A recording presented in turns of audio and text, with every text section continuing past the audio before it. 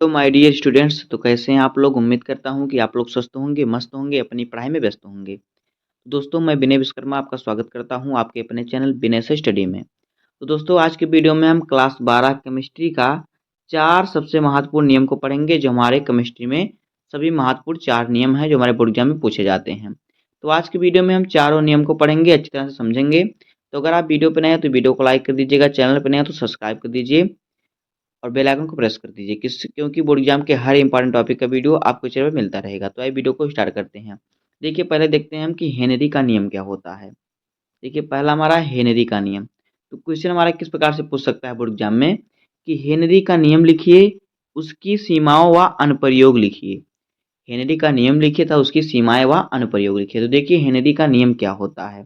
हमारा हेडिंग है हेनरी का नियम। तो देखिए, इस नियम के अनुसार, यानी कि हेनरी के नियम के अनुसार, स्थिर ताप पर किसी गैस की द्रव में विलेयता गैस के दाब के समानुपाती होती है। यानी ये देखिए, हमारा एक एक हमारा क्या है, हमारा जो है द्रव है। तो इसमें हम O2 गैस घोल रहे हैं। कितना क्या गैस, O2 गैस। तो इस पर इसमें जो O2 गैस की घुलनशीलता होगी, यानी विलेयता होगी, वो इसके दाब के समानुपाती होगी। ताप क्या है, इसका स्थिर रहेगा, कांस्टेंट कांस्टेंट रहेगा। इसका जो साफ ताप है यानी टेम्परेचर है, स्थिर रहेगा। और इस पे जो जितना इस पर दाब पड़ेगा उतनी इसकी विलेयता होगी, दाब के समानुपाती होगी। इसकी जो विलेयता होगी गैस के दाब के समानुपाती होगी। तो हमारा होगा जो हमारा जो हमारा गैस होता है, गैस की मात्रा होती है, उसे हम यम से प्रदर्शित करते हैं। और जो दाब होता है उसे हम पी से प्रदर्शित करते हैं। तो हमारा हो जाएगा यम समानुपाती पी। तो यह देखिए, हमारा यहाँ पे यम समानुपाती पी।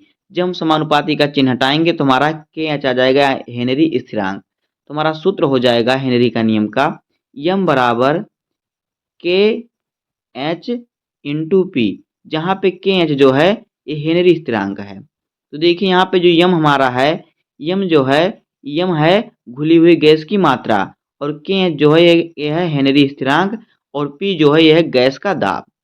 इस प्रकार से होता है हेनरी का नियम। अब देखते हैं हेनरी के नियम की सीमाएं।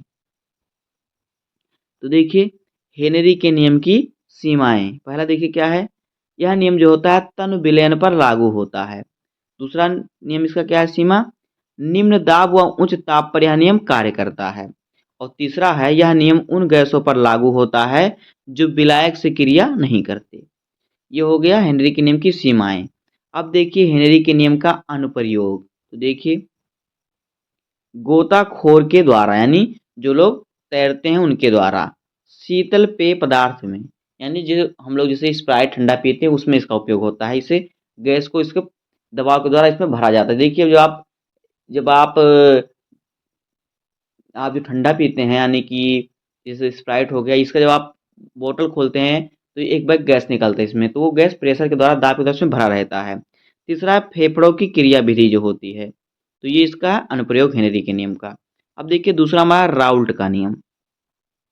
तो देखिए, राउल्ट का नियम क्या होता है। देखिए, राउल्ट का नियम लिखिए, उसकी सीमाएं बताइए। तो देखिए, राउल्ट का नियम क्या होता है। देखिए, इस नियम के अनुसार, यानी कि राउल्ट के नियम के अनुसार, किसी विलायक में अवाष्पशील विलेय मिलाने पर प्राप्त विलयन के वाष्प दाब का आपेक्षिक अवनमन विलेय के मोल प्रभाज के बराबर होता है। किसी विलायक में अवाष्पशील जो विलेय होता है, वो मिलाने पर जो विलयन प्राप्त होता है, वो वाष्प दाब का अपेक्षित अवनमन के मोल प्रभाज के क्या होता है, बराबर होता है। तो देखिए, इसका सूत्र होता है P not minus P S बटे पी नॉट बराबर एन बटे एन प्लस वन। देखिए, एन प्लस एन बराबर एन जो होता है, ये तन विलयन पर लागू होता है। किस पर लागू होता है, तन विलयन पर लागू होता है। तो यह सूत्र हमारा जो है, यह तन विलयन पर लागू होता है। तो देखिए, यहाँ पे हम इसको जब जब इसको हम आगे लिखेंगे, सॉल्व करेंगे, तन विलयन पर हमारा ये लागू होगा। अगर तन विलयन नहीं रहेगा तो देखिए हमारा क्या हो जाएगा, P not minus P S बटे पी नॉट बराबर एन बटे एन, यानी स्मॉल एन बटे कैपिटल वन। तो एन जो है ये मोलों की संख्या, तो मोलों की संख्या निकालेंगे हम, तो हमारा देखिए क्या होता है, डब्लू बटे एम, यानी भार बटे अणुभार। और तो अगर हम कैपिटल एन का निकालेंगे तो हमारा हो जाएगा कैपिटल डब्लू बटे कैपिटल एम। ये भी रहेगा भार बटे अणुभार। तो ये हो जाएगा। तो देखिए हम यहाँ पे रखेंगे इसका मान। तो जब इसका मान रखेंगे स्मॉल एन का तो हमारा ये आएगा W/m, स्मॉल W/स्मॉल एन। और कैपिटल एन का सूत्र लिखेंगे तो कैपिटल M/स्मॉल W, sorry capital M capital W हो जाएगा, कैपिटल M/कैपिटल W। तो इसको हम देखिए यहाँ पे जब ये हमारा ऊपर नीचे रहेगा तो इसको यहाँ पे जाएगा तो हमारा गुणे में हो जाएगा। तो ये हमारा हो जाएगा P0 माइनस PS/P0 बराबर स्मॉल W/स्मॉल m इंटू कैपिटल M/कैपिटल W। तो देखिए यहाँ पे जो P0 है यह है, जो ये P0 है यह है विलायक का वाष्प दाब। क्या है? ये विलायक का वाष्प दाब है। और जो PS है यह है विलयन का वाष्प दाब, शुद्ध विलयन का वाष्प दाब। और जो W है यह है विलेय का अणुभार। जो W स्मॉल W है यह है विलेय का अणुभार, और जो कैपिटल W है विलायक का, ये है विलायक, सॉरी ये जो स्मॉल W है यह है विलायक का भार, और जो कैपिटल W है विलेय का भार। और जो स्मॉल W है यह है विलेय का जो स्मॉल m है यह विलेय का अणुभार, और जो कैपिटल M है ये विलायक का अणुभार है। तो इस प्रकार से हो जाएगा ये राउल्ट का नियम। अब आगे देखिए राउल्ट के नियम की सीमाएं। तो देखिए नंबर 1, यह तन विलयन पर लागू होता है। जो राउल्ट का नियम होता है तन विलयन पर लागू होता है। दूसरा है यह वाष्पशील पदार्थों के विलयन पर लागू होता है। तीसरा है यह विद्युत अपघट्य के विलयन पर लागू नहीं होता। तो ये हो जाएगा राउल्ट का नियम।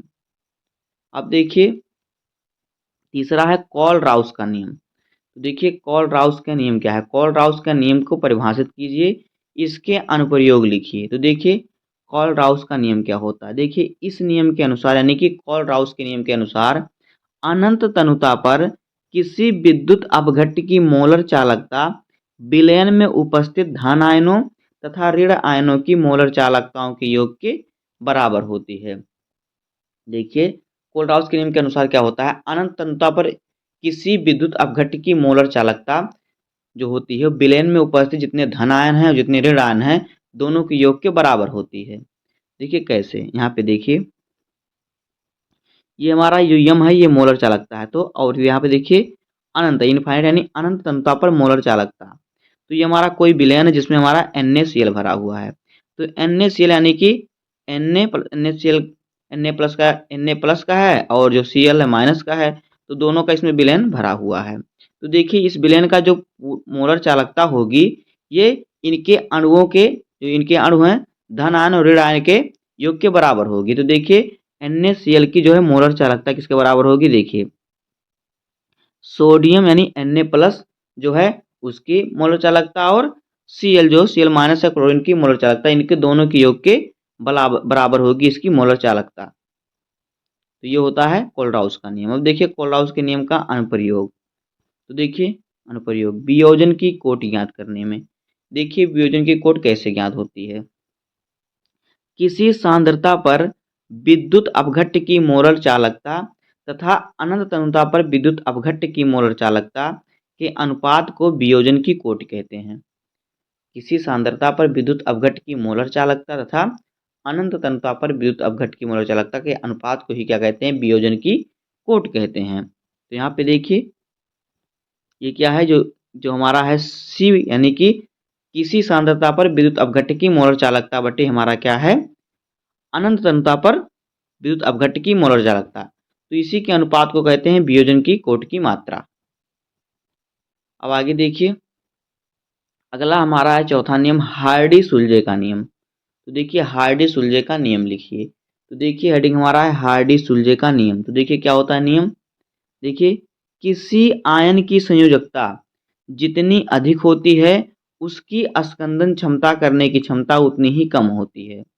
देखिए किसी आयन की, जिस आयन की संयोजकता जितना अधिक होती है उसकी जो स्कंदन करने की क्षमता होती है उतनी ही अधिक होती है। इस नियम को ही हार्डी सुलजे का नियम कहते हैं।